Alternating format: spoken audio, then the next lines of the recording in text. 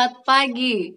Kali ini pun saya senang untuk berbagi satu informasi bagi kita semua mengenai kasih Tuhan bagi kita dengan menciptakan banyak sekali sayur-sayuran yang dapat membantu kita berbahagia di dunia ini.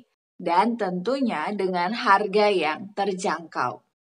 Yaitu mengenai sayuran labu siam.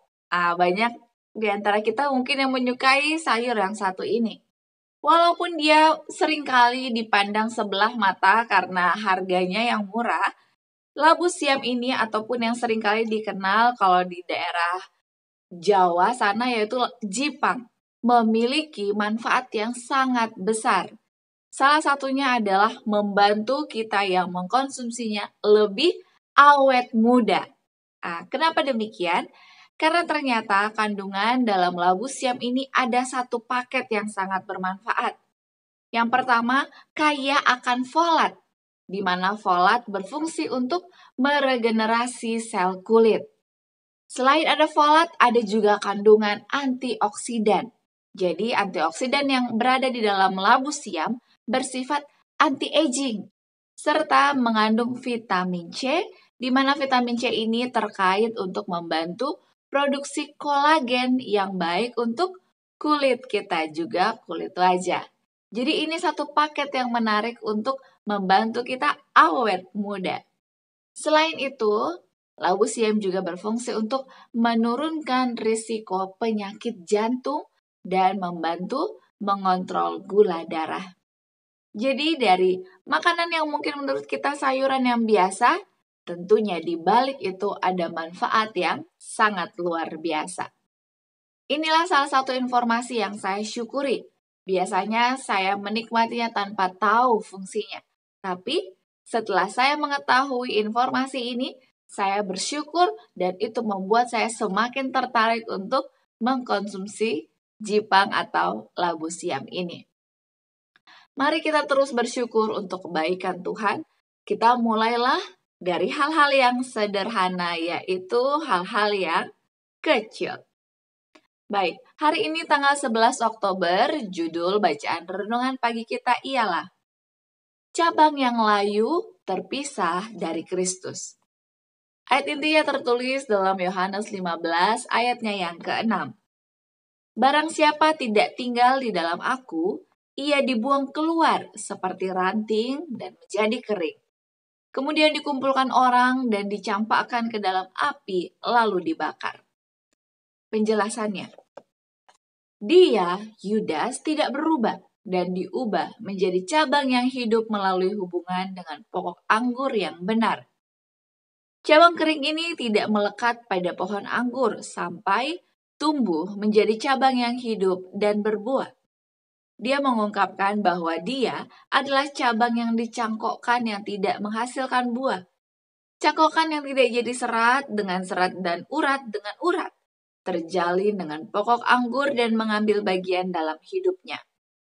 Cabang yang kering dan terputus dapat menjadi satu sumber dengan induk anggur, hanya dengan menjadi bagian dari kehidupan dan makanan dari pokok anggur yang hidup dengan dicangkokkan ke dalam pokok anggur dan dibawa ke dalam hubungan yang terdekat. Ranting berpegang teguh pada pokok anggur yang memberi kehidupan, sampai kehidupan pokok anggur menjadi kehidupan cabang dan menghasilkan buah sebagaimana halnya pokok anggur. Aku adalah pokok anggur, kata Kristus. Kamu adalah ranting-rantingnya. Hubungan terdekat yang mungkin diwakili di sini. Tempelkan ranting tak berdaun di atas rumpun anggur yang tumbuh subur, dan ranting itu menjadi cabang yang hidup, menarik getah dan makanan dari pohon anggur. Serat demi serat, urat demi urat, tunas baru muncul sampai bertunas dan berbunga dan berbuah.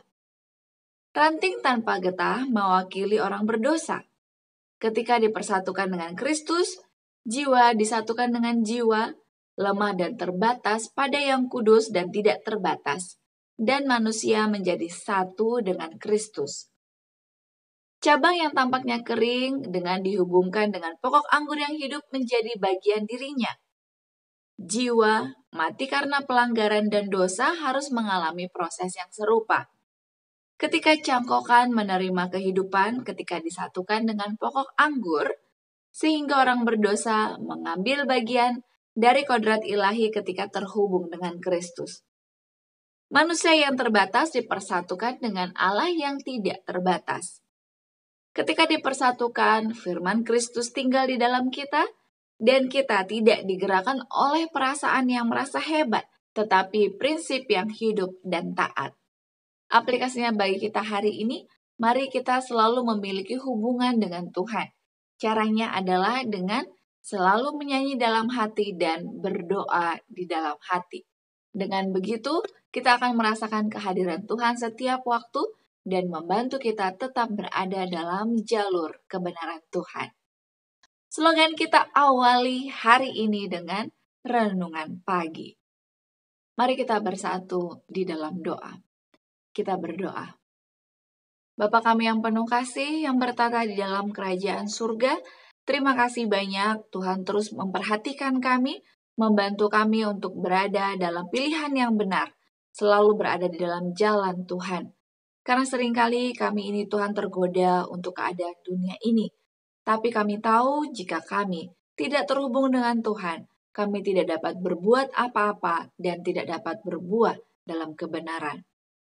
Kami pun juga memohon pertolongan Tuhan, khususnya dalam peristiwa akhir zaman ini di mana keadaan semakin sulit, terutama dalam hal perekonomian karena begitu banyak wabah penyakit yang ada di sekitar kami. Kiranya Tuhan akan memberkati masing-masing kami Bapa dalam setiap hal yang kami kerjakan, yang kami lakukan. Kiranya Tuhan dapat membuatnya berhasil, mendatangkan berkat bagi kami. Kami pun rindu untuk memiliki hubungan yang lebih dekat dengan Tuhan, memperbaiki kualitas kerohanian kami, sehingga kami pun boleh semakin memiliki hubungan yang baik juga dengan sesama kami manusia. Kami juga perlu untuk mengajak lebih banyak lagi orang datang kepada Tuhan. Kiranya sepanjang hari ini pun kami boleh mendapatkan sukacita yang datangnya dari Tuhan saja. Inilah doa permohonan kami. Di dalam nama Yesus kami memohon. Amin. Terima kasih banyak. Mari kita terus bersyukur untuk kebaikan Tuhan dan menggunakan waktu kita untuk berdoa di dalam hati dan meminta pertolongan Roh Kudus mengingatkan kita setiap waktu. Sampai jumpa. Tuhan memberkati kita semua. Amin.